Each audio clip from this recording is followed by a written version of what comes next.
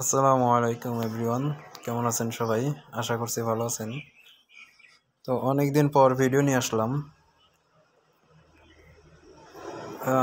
আজকে আমি আপনাদের মাঝে যে এসডব্লিউ ফাইলটি শেয়ার করব সেটা হচ্ছে এটা, এই এসডব্লিউ ফাইলটা। আমি এই এসডব্লিউ ফাইলের মধ্যে যাচ্ছি। এই যে এই এসডব্লিউ ফাইলের মধ্যে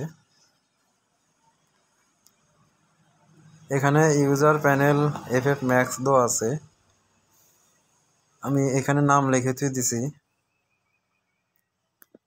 তো কোন এসডব্লিউ ফাইলের কি কাজ সেটা আমি আপনাদেরকে টেলিগ্রামে প্রত্যেকটা এসডব্লিউ ফাইলে কি কাজ আমি বলে দেব টেলিগ্রামের মধ্যে। আমি এই ভিডিওর মধ্যে বলতে পারবো না, কারণ এটা হয়তো ইউটিউব কমিউনিটির বাইরে থাকতে পারে। এখানে দেখেন আমি এই নামগুলো দিয়ে রাখছি।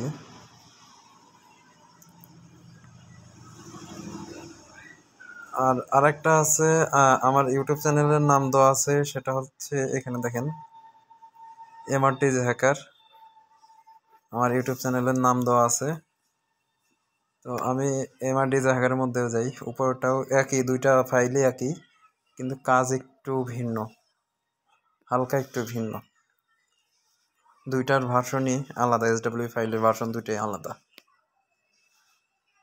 এখানে দেখেন ওয়ান ক্রিয়েটের মধ্যে গেলাম, ইভেন্ট থেকে ওয়ান ক্রিয়েটের মধ্যে আসার পর এইখানে দেখতে পাচ্ছেন কোড দেওয়া আছে, অসংখ্য কোড আছে।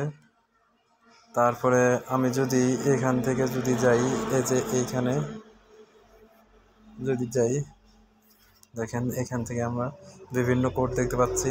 ক্যান্সেল করে দিই, ব্যাক। তারপরে এখানে ভিউ থেকে আমাদের লগ ইনের যেটা আছে, লগ ইন করতে পারবো।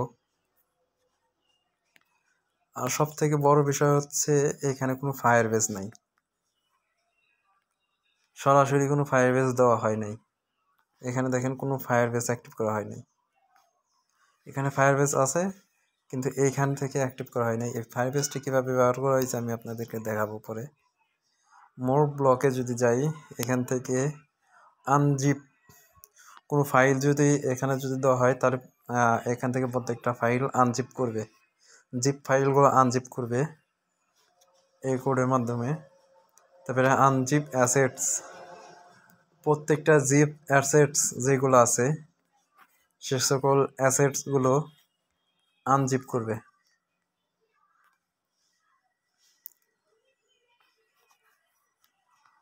তারপরে এখানে ফাইল, এটা হচ্ছে ফাইলের। তারপরে ডিলেট, কোনো ফাইল যদি ডিলিট করতে হয় তাহলে এখান থেকে ডিলিট করা যাবে। আর এখানে আর কিছু নাই তেমন।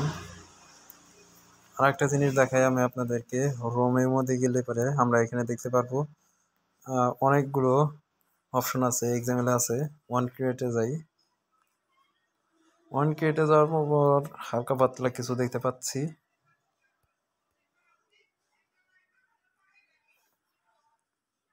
এখানে তেমন কিছু নেই। এখানে লাইব্রেরিতে যদি যাই, লাইব্রেরির মধ্যে আমরা কিছু কোড দেখতে পারবো, যেটা আমাদের এই পুরো অ্যাক্টিভিটিকে কন্ট্রোল করতেছে এই লাইব্রেরিটি। আমরা যদি কোনো কিছু চেঞ্জ করতে চাই তাহলে এই লাইব্রেরি থেকে চেঞ্জ করতে পারবো।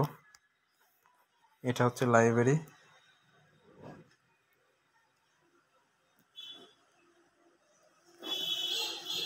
আর কাস্টম ভিউ, এখানে হলো টোস্ট, তারপরে হলো ফোল্ডিং, তারপরে হলো এটা আবার একটা। এখানে দেখেন এটা আবার একটা। আর আপনারা যদি এটা লগ ইন করেন, লগ ইন করার পর আপনাদের এখানে সরাসরি এটা শো করবে, এটা।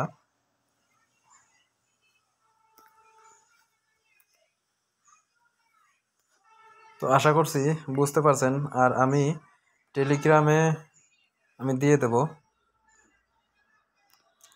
আর এখানে দেখেন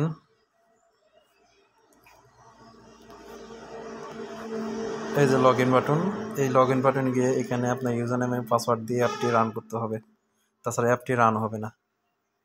তো টেলিগ্রামে দিয়ে দেবো, আপনারা এটা দেখে নেবেন।